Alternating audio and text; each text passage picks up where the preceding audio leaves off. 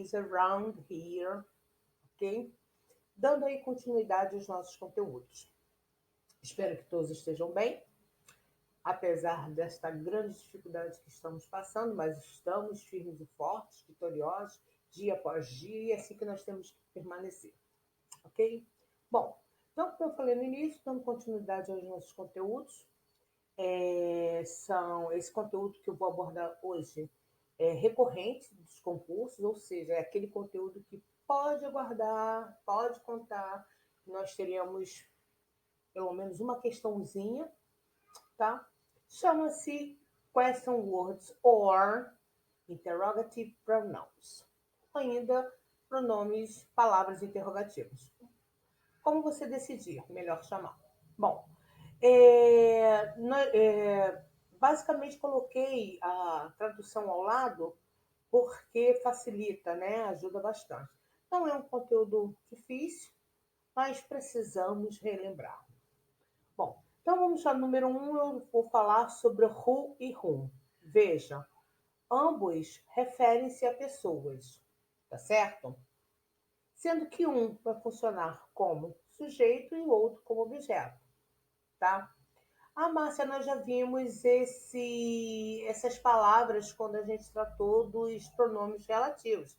Ok, eles no outro momento, eles são pronomes, eles funcionaram como pronomes relativos, aqueles pronomes que vão fazer relação entre palavras e frases, ou frases com frases. Mas neste momento, estes são interrogativos.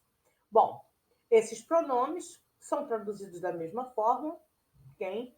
E a situação de uso é o que os diferencia. Isso aí nós vimos também, enquanto pronome relativo, eles tinham esse mesmo aspecto, o uso os diferencia.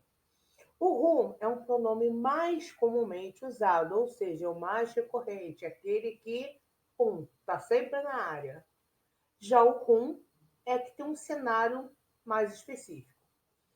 Enquanto o who é considerado sujeito da oração, então ele vai funcionar sempre como sujeito, o whom é o objeto. E o whom, além disso, além do whom funcionar como objeto, ele aparece obrigatoriamente após uma preposição, ok? Vamos ver aqui os exemplos. Who is your father? Quem é o seu pai? Olha por que eu sei que ele é o sujeito da oração, o who. Porque eu tenho who e tenho verbo. Sujeito e verbo, portanto, sujeito da oração. With whom was he talking? Quem ele estava falando? Como é que eu entendo que aqui ele é um objeto? Simples também, gente. Além do uso obrigatório da preposição, ok? Tem o pronome interrogativo. E olha aqui, houve a inversão do verbo com o sujeito, ok? Justamente por ser uma interrogativa, como houve aqui no caso do who. Bom, mas a diferença entre as duas está que quem é o sujeito aqui? É o he, não é isso? Quando nós temos uma afirmativa, é sujeito e verbo. Quando temos a interrogativa, é verbo e sujeito. Portanto, localize sempre um nome para ter certeza, né? Como é que eu vou diferenciar? Localize sempre preposição, pronome relativo. Verbo, ou é uma interrogativa, é pronome interrogativo. Verbo, bom, depois eu tenho que ter obrigatoriamente um nome ou um sujeito. Lembrando que sujeito, então só estou me referindo se o sujeito for pronome, só pode ser pronome sujeito. Se for nome aí, não importa tanto. A preocupação maior é em relação quando for sujeito, pronome sujeito, porque nome qualquer um pode ser. Bom, outro exemplo aqui. Aqui, obrigatoriamente, eu tenho preposição e pronome interrogativo. Mas este pronome relativo, a preposição ela pode estar distanciada. Neste caso, eu tenho até duas possibilidades. Continuamos, então, com o whom. Whom did you give the book to? Tá lá. A quem é o sujeito aqui, pronome you. To whom did you give the book? Bom, lembrando que esses dois formatos são formais. Qual a diferença? Se eu inicio com a preposição, ele é mais formal. Se a preposição fica distanciada do pronome interrogativo, ela é formal, mas não tanto quanto se eu iniciar. Bom, mas existe também a possibilidade de eu usar a preposição com o pronome who, ok? Bom, como é que isso vai acontecer? O uso dele vai ser um pouco menos formal e a preposição sempre estará distanciada do pronome. Ou seja, ela não pode vir antes do who, ok? E aí é um formato aí menos formal. Beleza, turma? Bom, próximo pronome interrogativo, with. Esse with aqui a gente precisa. Opa, pulei. Esse with aqui a gente precisa ter assim um cuidado ao usá-lo, porque o with, além de também funcionar como pronome relativo, ele é um pronome interrogativo e aí eu preciso ter uma expectativa de opções para diferenciar do pronome what, ok? Porque os dois, tá? Eles têm a mesma tradução. Quando eu vou usar o with? Quando eu tiver opções para eu escolher. Vamos lá. What kind of movies do you prefer? Comedy or science fiction? Te dei as opções, portanto você vai escolher. Teve que escolher, você vai usar o with, beleza? Bom, o what, que eu havia falado anteriormente, é um uso mais geral, sem opções. What did you see there yesterday? What kind of movie do you like? Veja que aqui, embora eu esteja perguntando qual tipo de filme que alguém gosta, eu não dei opção. Portanto, what? Bom, temos também, entre outros, igualzinho em língua portuguesa, né, gente? Não vai diferenciar. Why, que é o nosso porquê, lembrando que esse porquê é aquele separado para pergunta, e bizu aí, com why eu tenho que ter um because, porque o why é a pergunta. Quando é que eu vou usar o because? Quando eu justificar esta pergunta. Why are you happy? Because my baby was born. Simples assim. When refere-se a tempo. When are you born? Quando você nasceu? Ah, boa. É bom eu fazer uma paradinha aqui. Pergunta sobre a sua idade ou sobre quando você nasceu é sempre com to be. Where were you born? Quando você nasceu? When? Where? Onde? Where is your sister? Você quer especificamente o local onde alguém se encontra, ou para onde você vai viajar, ou para onde você viajou. Lembrando que os pronomes interrogativos eles são atemporais, ou seja, eles são utilizados em qualquer tempo. Bom, whose vai indicar posse, tá? Então eu tenho que ter uma pessoa ou um objeto que possua algo. Então, o bizu deste pronome interrogativo é o seguinte: construção com nomes. Então, eu preciso ter o possuidor e a coisa possuída. Veja lá, whose car is this? Ó, whose car?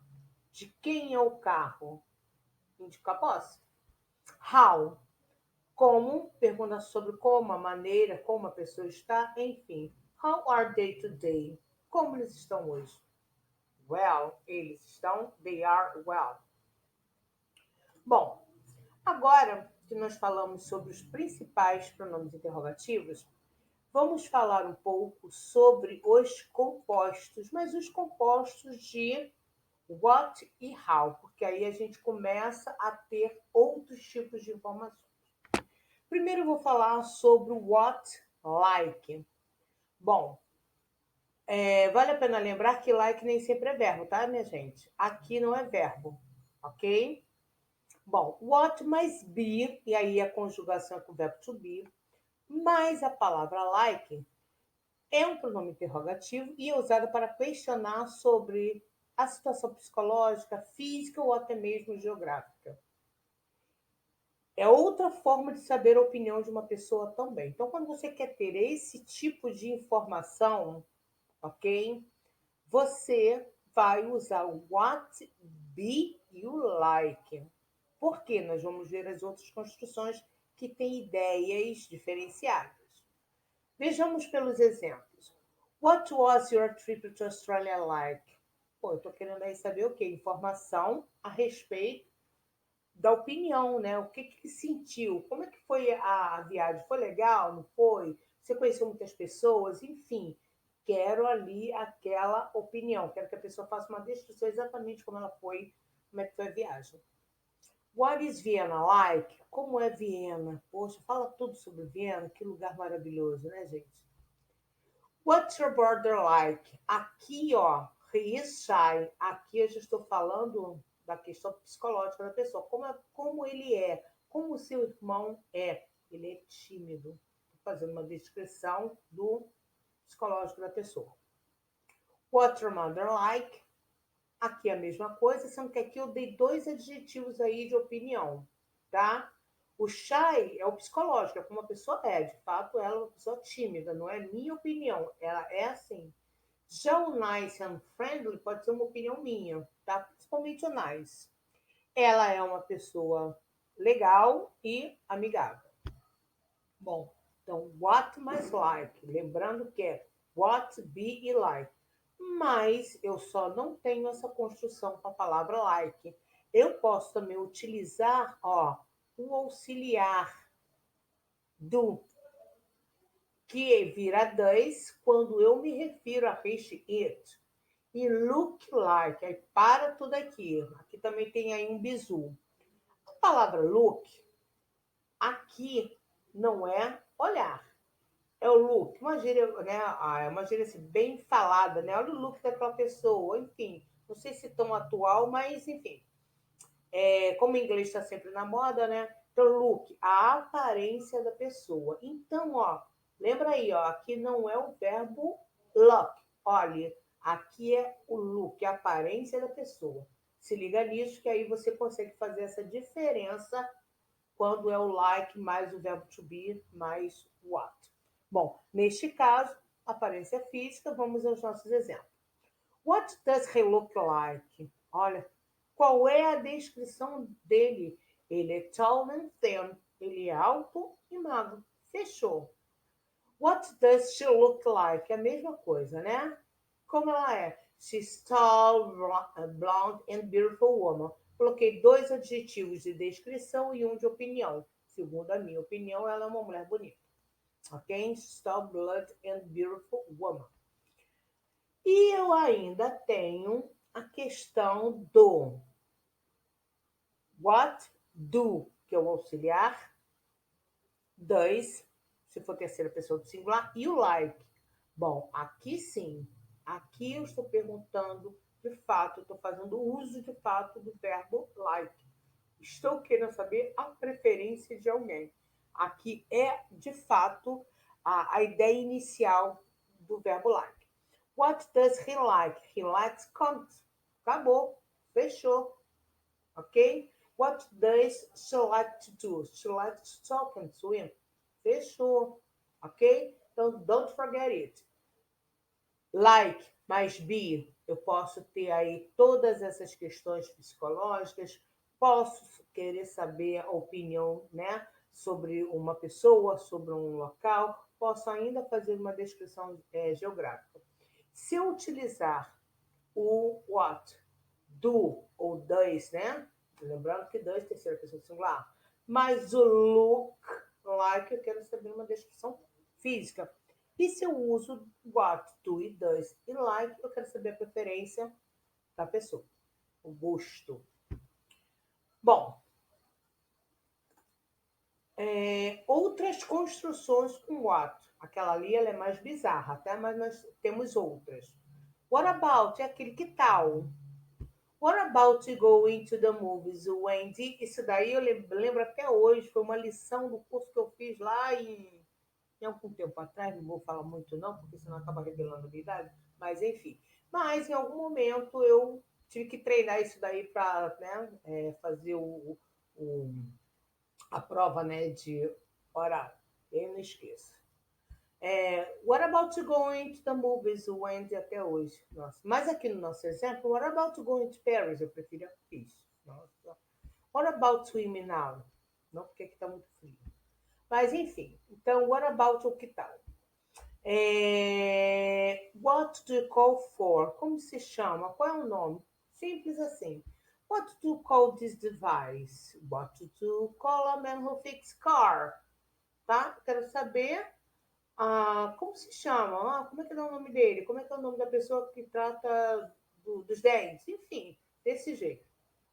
Bom, e agora nós vamos falar sobre o how e também os seus compostos. O how far, qual distância, não tenha dúvida disso. Sempre together, estão percebendo que eles estão sempre lado a lado. How far is your house from here?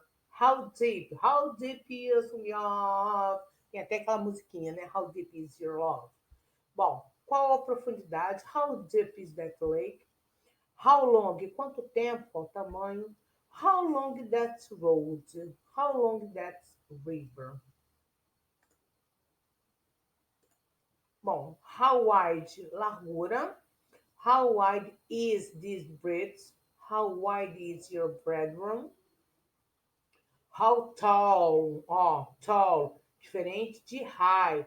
Tall, how tall para pessoas, ok? How tall is Robert? Mas eu posso também usar o how high. Aí é para prédio, para coisas, etc, etc. Lembrando do how old, né? Lembra que eu falei? How old, qual a sua idade? Se eu for traduzir isso ao pé da letra, é quanto velho. Não vou fazê-lo, né? A tradução coerente para a língua portuguesa quantos anos. Lembrando que não posso usar o verbo ter. Bom, e aí, já deixei aqui um bizu que é sempre feita com o verbo to be. How old?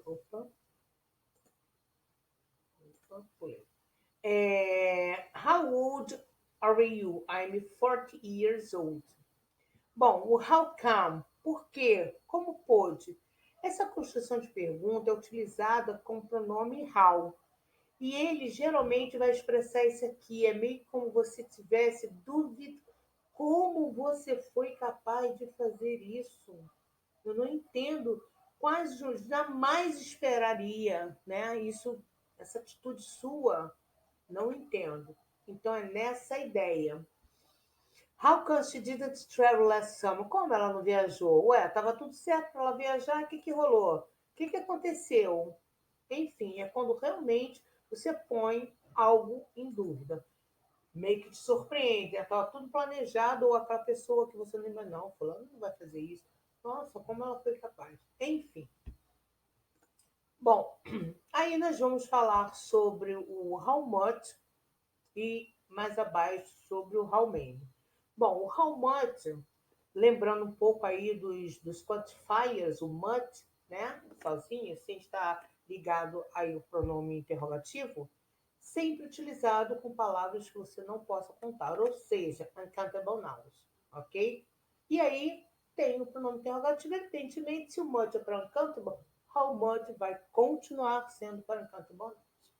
Bom, e aí não se fala desses dois pronomes interrogativos sem, mais uma vez, trazer a questão dos substantivos incontáveis. O que ocorre? Já falei isso outras vezes, né? O que ocorre? Substantivos contáveis e incontáveis, alguns destes diferem muito o uso do nosso idioma, da língua portuguesa, e a gente fica meio, nossa, como assim? Você não conta? Bom, mas aí a gente, primeiro, a gente tem que ter o seguinte, ideia é a seguinte, é o idioma, não é o meu idioma, é o outro, eu vou respeitar e acabou. E principalmente vocês que farão concursos precisam ter isso em mente, tá? Senão, se a gente começa a questionar, a gente não aceita. Não, relaxa, aceita, que com certeza você acerta numa questão da prova. Bom, então eu tenho dinheiro, olha, glass, né, que aqui é vidro, conselho, nossa, massa, conselho não conta? Meninas, se eu quiser dar a ideia de quantidade, tá? Em inglês, eu vou usar os pronomes, tá? O some ou o much. Lembrando que o some é um pronome definido e eles, tanto são, o N quanto o no, eles são utilizados com substantivos contáveis e incontáveis. Então, quando eu quero gerar uma ideia, quando eu quero passar uma ideia de uma certa quantidade, eu uso são para as palavras que eu não posso contar. Bom, então, ó, conselho, informação. Opa, informação? Sim, informação. Eu coloquei as palavras mais recorrentes. Bom, aí tem o tempo meteorológico, também não. E aqui eu separei por líquidos, alguns tipos de comidas. Lembrando que cereais e carnes você não vai contar. Os elementos naturais também não, né? Nem em português a gente conta isso. Ah, olha só, atenção aí, a palavra money. Ué, nossa, dinheiro não conta? Sim, quando eu estiver falando especificamente do nome da moeda. Dólar, dólares, ok? Real, reais, pence, pence, e etc. Já a, em inglês, não, ok? Nem dinheiro, nem dinheiro, a palavra dinheiro, ó, dinheiro você não vai contar. Bom, conjuntos subentendidos, enfim, as informações aí para vocês, tá, minha gente? São palavras, eu fiz questão de deixá-las aí para vocês terem um maior vocabulário, né? Ter um acervo maior quanto a essas palavras. Bom, e aqui eu tenho o Romani, né? O Romani é aquele que é utilizado, tá? Enquanto para how much eu vou ter quanto e quanta, para how many eu tenho quantos ou quantas, utilizado somente com substantivos contáveis. E aqui alguns exemplos, né? Já que nós temos aí muito mais palavras que você possa contar, evidentemente, né? Bom, então, people, plural irregular, né? Cujo singular é pessoa. Aqui, glasses, eu estou falando de copos, por isso que você conta. A palavra buzz aqui, tá? Você bota a palavra, fica no plural, fica buzzes, etc. Tá? Bom, how often, com que frequência? How often do you go to London? Once a year? Twice? Three? Ok. How fast, velocidade. How fast did you drive yesterday? How big or how large? Qual o tamanho? How big is your room? Eu vou consertar esse R aqui que faltou, ok? Bom, estamos quase finalizando os pronomes interrogativos. Como eu falei, não é algo tão desesperador. Bom, mas eu não poderia deixar de falar sobre usamos ou não o verbo auxiliar com determinados pronomes interrogativos. Aí, gente, vai depender, tá, do uso dele. Então, vamos lá. Quando usamos what, who, which or whose, is the subject of par or, quando ele é sujeito ou parte do sujeito, nós não vamos usar o verbo auxiliar. A ordem fica subject plus verb, tá? Então, quando esses pronomes funcionam como sujeito, você pode eliminar o uso do auxiliar, ok? E aí a gente vai ter sujeito e verbo. Mas que verbo é esse? É o verbo principal. What fell off the wall? Which horse won? Who bought this? Whose phone rang? Deixa eu só botar aqui para cá. Who won his bag? Então, ó, está claro aqui que esses aqui a função deles é funcionar como sujeito. Por isso que eu tenho what mais verbo, which, perdão, with mais verbo, with mais verbo aqui one, who mais o verbo, whose mais o verbo. Então, quando eu tenho essa construção, o pronome relativo, o pronome interrogativo funciona como sujeito. Não há, portanto, a necessidade do verbo auxiliar. Bom, who and what are the subject? Bom, who, what and which são os sujeitos, tá? Das orações acima. Então, não foi utilizado o verbo auxiliar.